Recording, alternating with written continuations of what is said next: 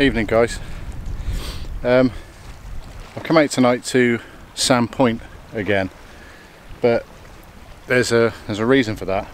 For one, it's close to where I live, and two, I've had a bit of a revelation about the Z6. In my previous videos you might have noticed that I was maybe just moaning a tad about how sharp the raw files were.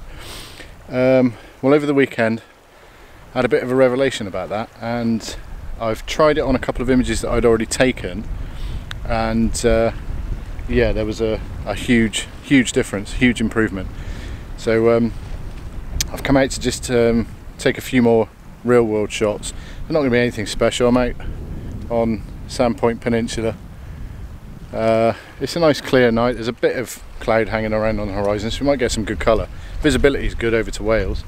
But yeah, so I thought I'd take a few new shots and try this out. But like I said, from what I've seen from shots that I've already got on the hard drive, I think I might have solved my sharpness grumble with the Z6. So any Z6 users out there might want to watch this. But yeah, so the trick is, I'll tell you later.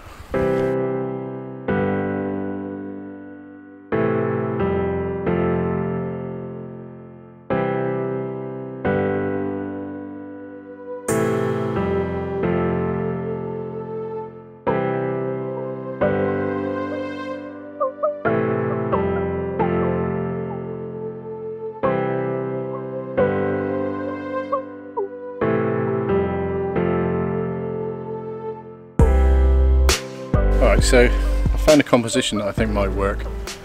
I'm literally right out on the point at Sand Point, and the tide's receding, so you know all the cliffs are all visible. There is midges everywhere. This is absolutely horrendous. We might as well be in Scotland at the moment. You probably can't see them on camera, but it's like a haze of bloody midges. So they're probably going to come out in the images. It's going to be a bit of a pain. Yeah, there's lots of little sea thrift around us. It's looking pretty good. They're not completely flowered, if you know what I mean. They're some of them are a bit scruffy, but nice bit of pink colour. I don't know. I'm pretty sure the sun's going to go down a little bit further to the right, so we should get some nice side lighting onto this this composition here. But yeah, so as I was saying, the secret to sharper images with the Z6 is you've got to... No, I'll tell you later. You have to keep watching.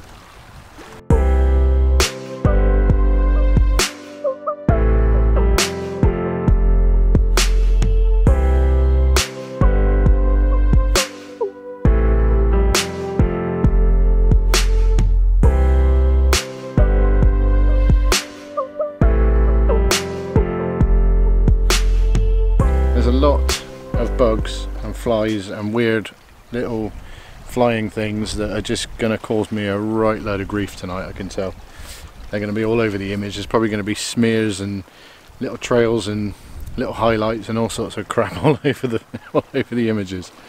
So we'll see. I mean, it's still got a couple of hours until sunset at this point, but gives me a chance to sort of hone my composition really, because I'm not really happy with what I've got. I mean, it's all right. I like the way that the cliff breaks the horizon, but I would have liked to have had some sea thrift in the foreground, but I can't actually find, because the sun's going to set down to the right. I can't find any thrift that's on the right side of the rocks to catch the light when the sun's going down. There's lots of it over there, but sadly I can't get over there. Well, not safely anyway, so I'm not going to try, because I'm down here on my own. You've got to play safe, haven't you? So yeah, I mean, from what I saw, it's made me a lot happier about using the Z6 now, because the images, it was a night and day difference. So yeah, exciting.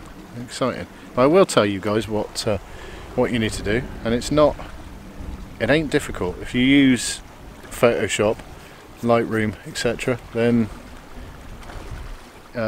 chances are you're suffering the same issue. If you shoot raw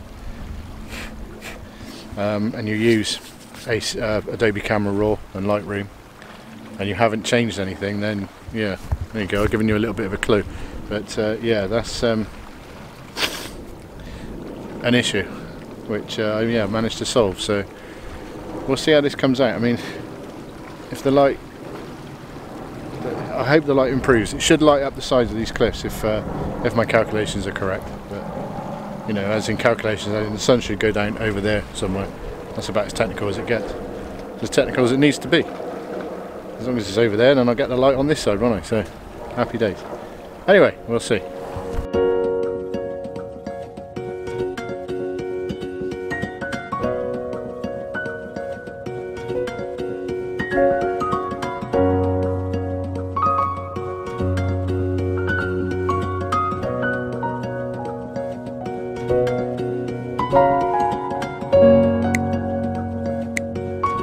You only get that feeling that something's going to go horribly wrong. Yeah, I've got that feeling, and I don't like that feeling, because that usually ends up costing money. But if you have a look where I'm perched,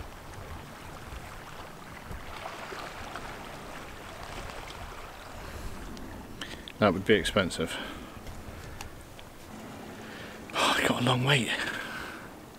Came out a bit early, really. Yeah, tide's right out now. I don't think I've ever actually been down here at low tide.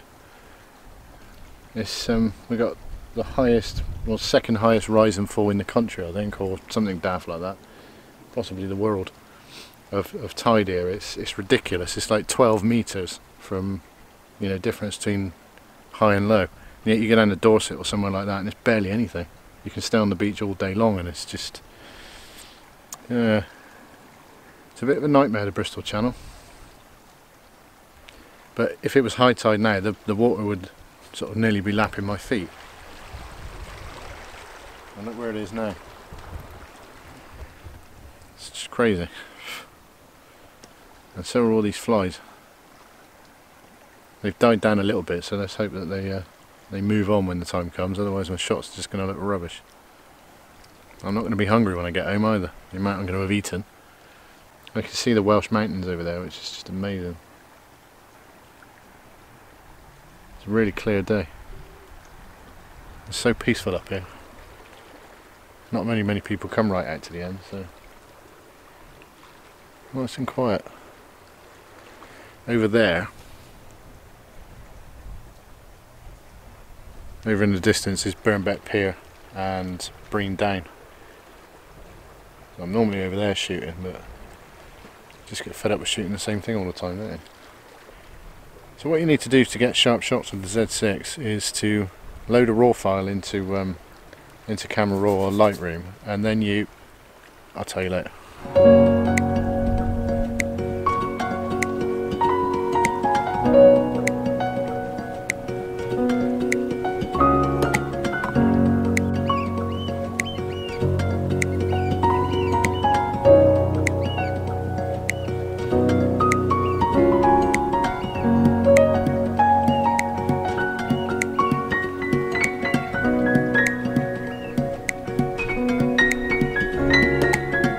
So while we're waiting for the sun to go down, I might as well talk about something else that I grumbled about with the Z6 was the tripod mount on the FTZ adapter.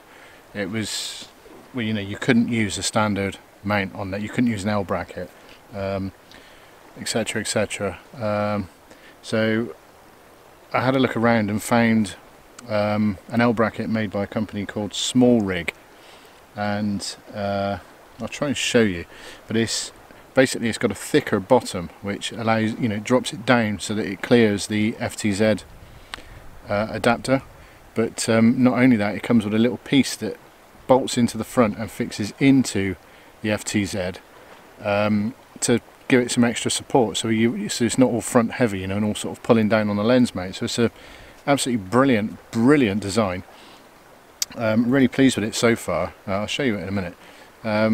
Only slight thing is it can be a bit tricky to get the battery out, because, you know, you've got quite a deep L bracket, so it's a little bit tricky to get in there and open it. But if that's if that's the only downside, then I'm not bothered by that at all.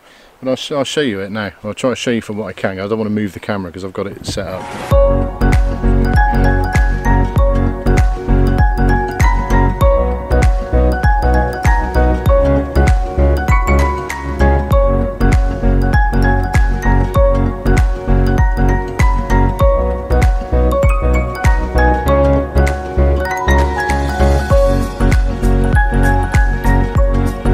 So yeah, so it's a good quality bit of kit. Comes with all the Allen keys and everything for the bolts, and it's quite cool actually because it's got two little magnets in the underside and a cutout for the Allen key, so you can just stick it up in. Chances are I'll probably lose that one, but I've got others in my bag anyway. But you know, it was quite handy, I thought. So tonight, as usual, I'm using the Nisi V6 holder system with a Nisi landscape polarizer and a 0.9 medium grad. Obviously sun's too high at the moment, so I'm waiting for that to go down a bit. So yeah, it's Nikon Z6, Sigma 24-105, not the sharpest lens, but use it right and it's not too bad for the money. It's a pretty reasonable lens and it's a good focal length.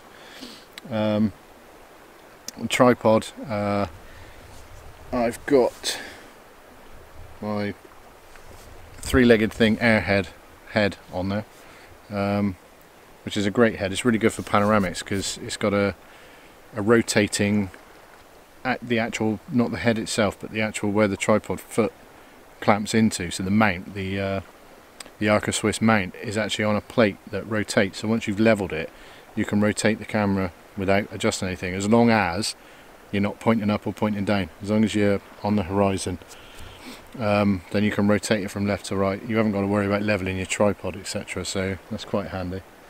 And the tripod, tonight I'm on the Manfrotto 055 aluminium, heavy but built like a tank, absolutely solid, a definite workhorse. Yeah, so that's it. So we're just waiting for the light, and yeah, and going back to that about how to get sharp shots from your Z6, what you need to do is keep watching and I'll show you later.